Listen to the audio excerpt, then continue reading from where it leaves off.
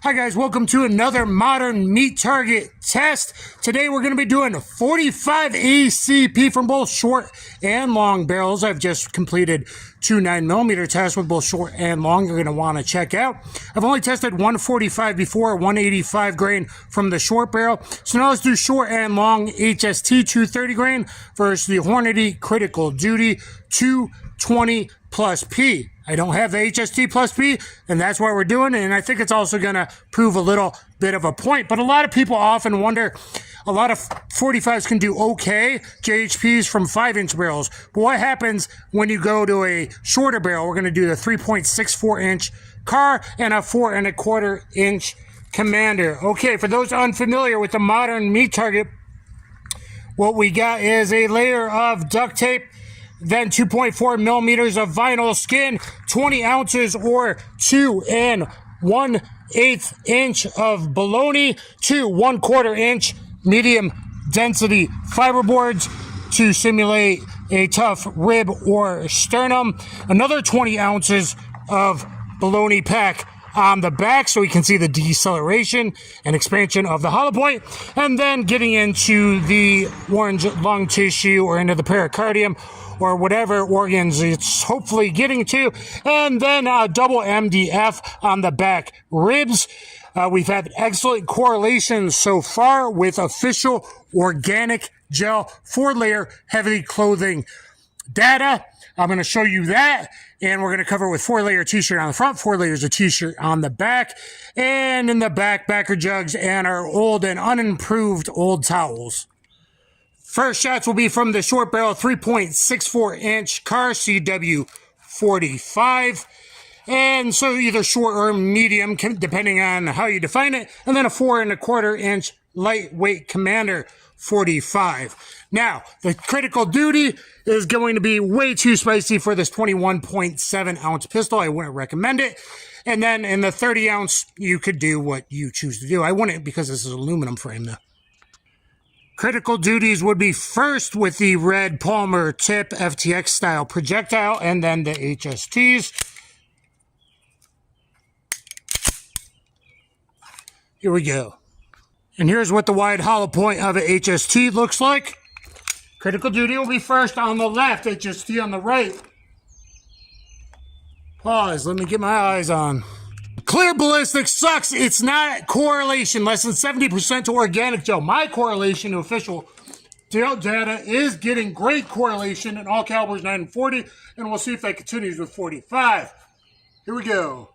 Well, that was a lot of recoil, and it blew the magazine out. Oh, how I love my car. Hear my sarcasm? It's already come back with a new slide on it and did not load the HST. Now,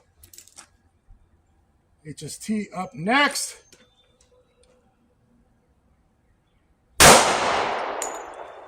There we go. That felt pretty good. That felt pretty good. Put that, woo, guns everywhere. I'm out alone at the enclosed private range. Now longer barrel, Critical Duty. Lot of recoil, and we got some water, lot of recoil, and there we go with the HST. All right, let's start to dissect and see how they performed. 45 AARP, huh? This is from the HST side on the right. Look at that. That is really, really something else. And you can compare it to a lot of 9 and 40 modern meat target tests I've done so far and previous 357s with a different protocol. Interesting stuff. And here's the left Critical Duty side. You see the 2 entrances there. Little bit in. After 4 layers of thick 20-ounce bologna, now we're just starting to initiate expansion. A couple layers later, blows out that hole, and we're getting good macerated flesh, full, perhaps full expansion as far as Critical Duties do, which is fairly minimal. All right, through the double MDF thick sternum, I see big holes with the critical duty on the left, and I see huge holes, exit holes, entrance 2 with the HST on the right. This is critical duty on the left. This is as it goes in after going through the MDF. This is HST on the right. And, yeah, I'd say that's pretty much toast. I'm seeing, it looks like more damage a bit with the HST. All right, here's a couple oranges that were hit on the left side with the critical duty, I believe.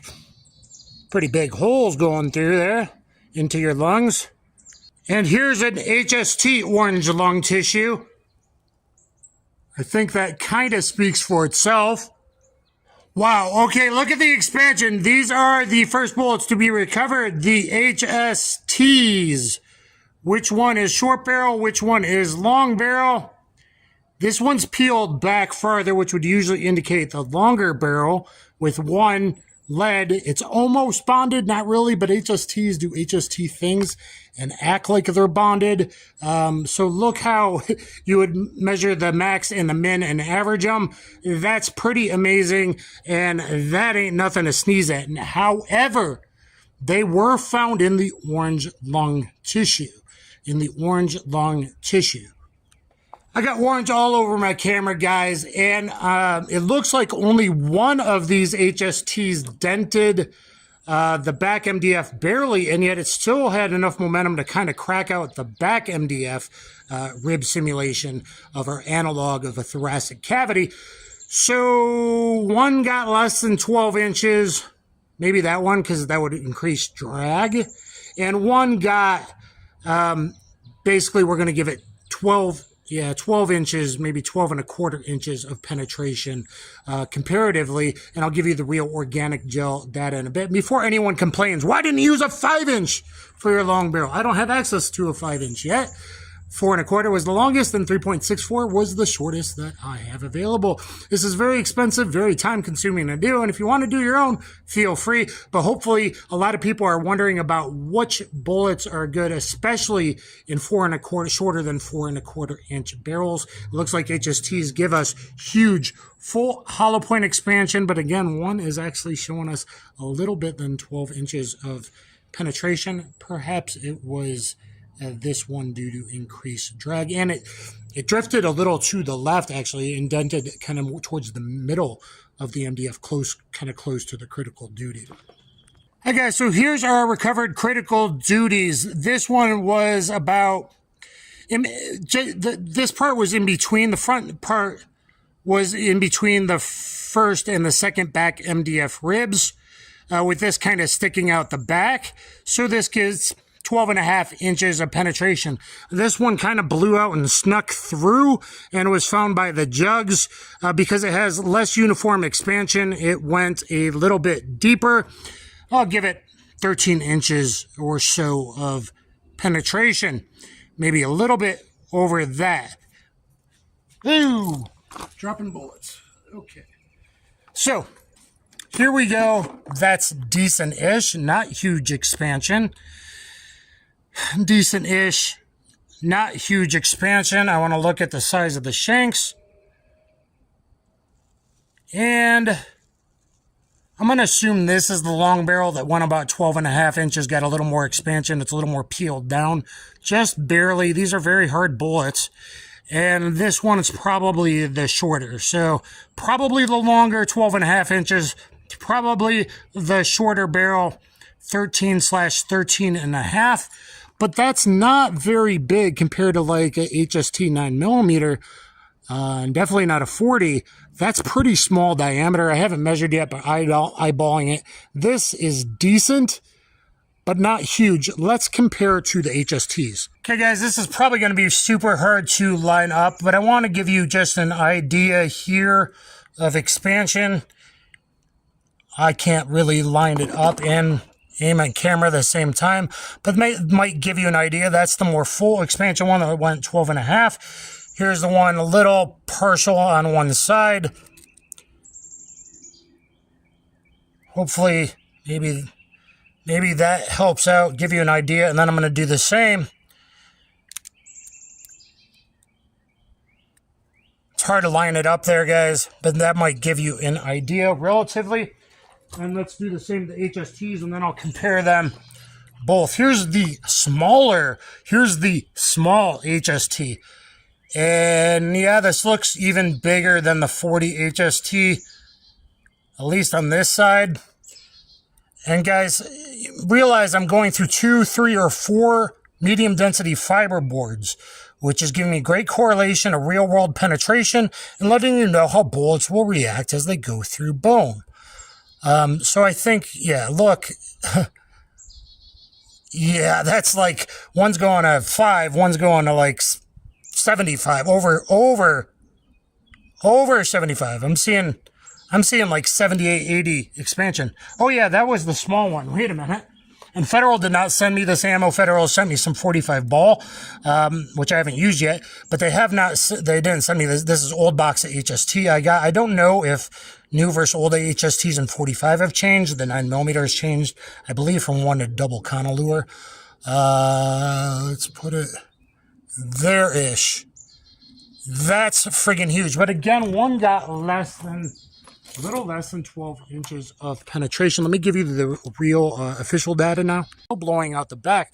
Momentum is a thing, okay?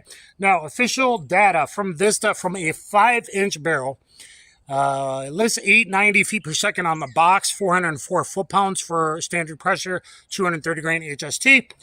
Their test round went 871 feet per second.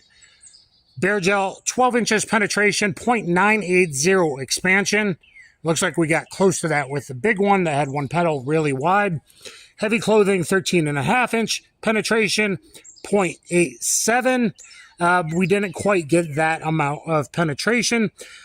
And so that was 871 feet per second in their test rounds from a 5-inch. Now, Lucky Gunner tested it from the same car, 3.64-inch barrel, 822 feet per second, 345 foot-pounds. Now, the Hornady Critical Duty 220 plus P, it's fairly stout recoil. I would use that in heavier pistols, 30 to 40 ounces, right? Heavier pistols, 4 1/4 or longer inch barrels that you have the ability to handle the recoil. I would not use it in something like a lightweight, a very lightweight, like the car. You saw it even blew the magazine out, which I have magazine drop issues even after I got it back from car. You might want to keep that in mind. 5-inch Hornady LE, 975 feet per second, 459 foot-pounds. So that is a lot of energy if it's hitting their claim numbers. We see it often doesn't with the Hornady critical duties. That's saying bear gel 14 inches, 71. Heavy clothing 14.5, 69. I don't even know if we broke over 60 caliber, to be honest. If we did, it's like 62. And it's more like 57 to my eyeball. I don't have the calipers here. It takes too long. But anyway, that's what Hornady claims on the critical duty. I'm going to see if I can get one more 45 test of 185 grains. We've only tested one 185 grain from the car in the past. And I got 2 different 185s to test. So please like, share, subscribe. Get down there in the comments. Help fight the algo. Again, this is very time consuming. It takes a lot of energy. Takes a lot of money. And I would really appreciate a subscription, hitting the notification bell, and at least drop a comment or two. Which one do you think did better? For me, I'm always going to carry the HST. It's probably the only 230 grain bullet I would use in shorter than 4-inch barrels. Okay. Others can, or you sometimes expand, sometimes not, depending. HST is the only one that has a low expansion threshold. Maybe even to a 3.3-inch barrel. Sometimes does, whatever, but from the car, 3.6 or 3.77-inch Glock 30, HST is the only 230 I would use. Shorter than the car, I think, other than the HST, I would go 185. I would not use the critical duty. We got decent performance, decent-ish performance, but that's not enough expansion, which means less tissue crush, less diastolic pressure loss, and all of that. Would I use critical duty in a very long barrel, heavier pistol? Perhaps. Or I think it's better as your car mag or your backup mag if you carry a backup mag, or even the bottom of a magazine where I would want a bigger expander like a HST or a 185 grain. Up front, And then maybe if it happened to be an extended gunfight going past 8 rounds or so, where people are more likely to be getting behind cars and cover, that might be where the critical duty shines a bit. Let me know what you think in the comments down below. We did a 9mm 124 plus P versus 135 plus P critical duty. I was not that impressed by it. And we've tested the 357 Magnum critical duty as well, which compared to what I did, it is not that impressive as well. It's okay. And if we're worried about barrier penetration, but even HST does really good, and that's not technically like the chemically bonded like a gold dot.